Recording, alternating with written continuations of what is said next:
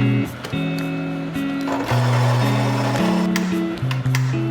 the longest time, I'd say about a year, on and off, I was just not excited about life. I was not feeling joyful to wake up in the morning. I was honestly just living every day like it was a chore. I knew the whole time God has a plan for me. I knew that this life was a gift, but I wasn't living in that way. I wasn't actually feeling appreciative of my breath, and over time, the Lord has really challenged me to see my life as a gift again and to see it as a joy that should be cherished and to see it as, yes, temporary.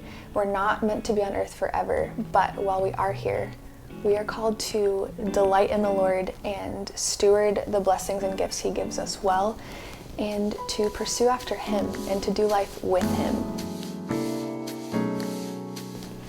Good morning, everyone. Today, I am doing just a very laid-back, chill, cozy type of video. I woke up this morning, I went to a workout class, and I came back and I was like, you know, for today's video, I kind of just want to keep it casual and relaxed and laid back and just kind of like we're hanging out together. It's a Friday morning, it's a new day, I'm doing some quiet time with the Lord. Right now, I'm reading the devotional called The Blue Book by Jim Branch. Got it like 2 or 3 years ago, and I forgot how good it is, you guys, so I'm gonna have it linked down below if you want to get it for yourselves. It has weekly devotionals that really challenge me, and they're so good. So I've been reading one this morning, and I thought I would just kind of chat about it, chat about what I'm learning, things that are encouraging. Ignore my hair. We are quite literally just filming this straight from rolling out of bed and going to workout class. But here we are. Maybe you can relate to how I was feeling for a while. Maybe you're in a season right now where life is just really, really hard. And it feels like a dread every day. It feels pointless. Maybe it just feels like you're doing the same things every day and not getting anywhere. You don't even know what to dream about anymore. Maybe you've been let down by a lot of disappointment. It could be anything. But let me tell you, I feel you. I have been there. I just want to share some hope and encouragement, even through seasons like that, because that is not a place where you have to stay. It's not a place you're going to be in forever. And sometimes it's easy to forget that. This week's devotional is about following and being led by Christ, which is what I'm always trying to grow in. What page was this on? I just lost it. Luke 9:57 through 62. So in this verse, Jesus is talking with people that are following him and considering following him. They've seen him do these miracles and wonders during his ministry, and they see him and they're like, I do want to follow you. I do believe you're Messiah. I want to see what you're all about. Someone said, I'm ready to follow you, Master, but first excuse me while I get things straightened out at home. Jesus said, no procrastination, no backward looks.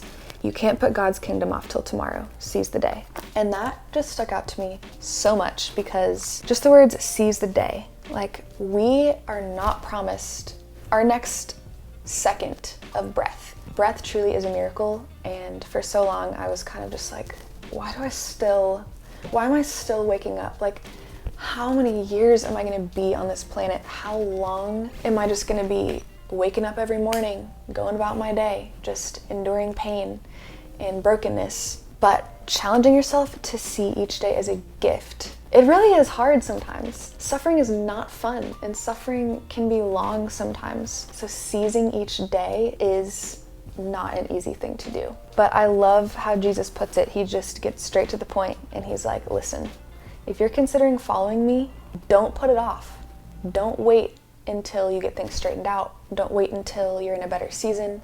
Don't wait until you get older and you're out of your doing whatever you want phase. Don't wait to be out of this suffering that you're in right now. Just follow me. Surrender everything and fully walk into life with me. Don't look back. You can't put God's kingdom off until tomorrow because we don't know if we're even going to be here tomorrow. I have experienced firsthand how life truly can just be taken like that. It's really helped me to be more present in the moment and appreciate what is around me because, again, nothing is promised. And even through not wanting to wake up every single day, I still knew that if I was here, God has a plan for me, and the same thing goes for you. I hear so many people talk about like, oh, I do believe in God, I believe in Jesus, but I'll probably like really step into my faith when I'm older, when I'm married and I'm settled down with kids. But there's no time to waste. We don't even know if we're gonna get that far in life. I know it sounds crazy, but we might not be here tomorrow. We might not be here in 5 minutes. Now is the time to follow Jesus. Now is the time to get to know him. Now is the time to walk in his freedom and his joy. I'm going off right now, I'm preaching. And then what else stuck out? Luke 18. This is really good, guys. So how do you get to a place of seizing the day again? How do you choose that in the midst of suffering or numbness or just like going through the motions? I think for me, recently begun to seize the day more and appreciate it and actually be thankful for the breath in my lungs when I wake up in the morning, which I honestly didn't see happening again. And it just shows how good God is and how faithful he is to allow me to see breath as a gift. Suffering in this life is guaranteed. Jesus says so. And long suffering is one of the fruits of the Spirit, just enduring suffering well and still turning to the Lord in your suffering. That is walking in obedience. And through that, you will find freedom and joy in the Lord. I used to pray, Lord, help me to see this life as a gift again, because right now, it doesn't feel like it, and it just feels like pain, and it just feels hard. Like, it feels hard to even walk. I used to describe it as I felt like weights were tied to my feet because it was just that much of a chore. Like, this life is just like going on, and I'm only 23 years old. But just being honest with the Lord that I didn't see life as a gift in that time and asking him to refresh my outlook. Over time, he did do that. And he is faithful to answer prayers, and he is faithful to give you the desires of your heart. And I did desire to enjoy life again and see it as a treasure that I didn't want to just waste away. And I also just want to know it's okay that you're feeling that way if that's where you find yourself. It's okay to not always be super zestful, is that a word? And super excited about life. That's not always how life goes, and that's okay. The Lord wants us to bring our honesty to him and to not put on a front that we're feeling great. He knows that life is hard because he experienced how hard life is through Jesus on earth. In moments like that, drawing closer to him is the best decision we could ever make, because only he can heal us fully. Only he can truly restore our souls. In Luke 18, so this is about a man who was considering following Jesus, but he didn't want to let go of all of the things he was holding on so tightly to, like his personal possessions and riches and everything. And Jesus asked him to surrender all of that and let it go and give it to the poor, and then come follow Jesus. Jesus knew that he was clinging way too tightly to his worldly possessions. Jesus says, "Do you have any idea how difficult it is for people who have it all to enter God's kingdom? I'd say it's easier to thread a camel through a needle's eye than get a rich person into God's kingdom." "Then who has any chance at all?" the others asked. "No chance at all," Jesus said, "if you think you can pull it off by yourself. Every chance in the world if you trust God to do it." Peter tried to regain some initiative. "We left everything we owned and followed you, didn't we?" "Yes," said Jesus, "and you won't regret it. No one who has sacrificed home, spouses, brothers and sisters, parents, children, whatever, will lose out. It will all come back multiplied many times over in your lifetime. And then the bonus of eternal life."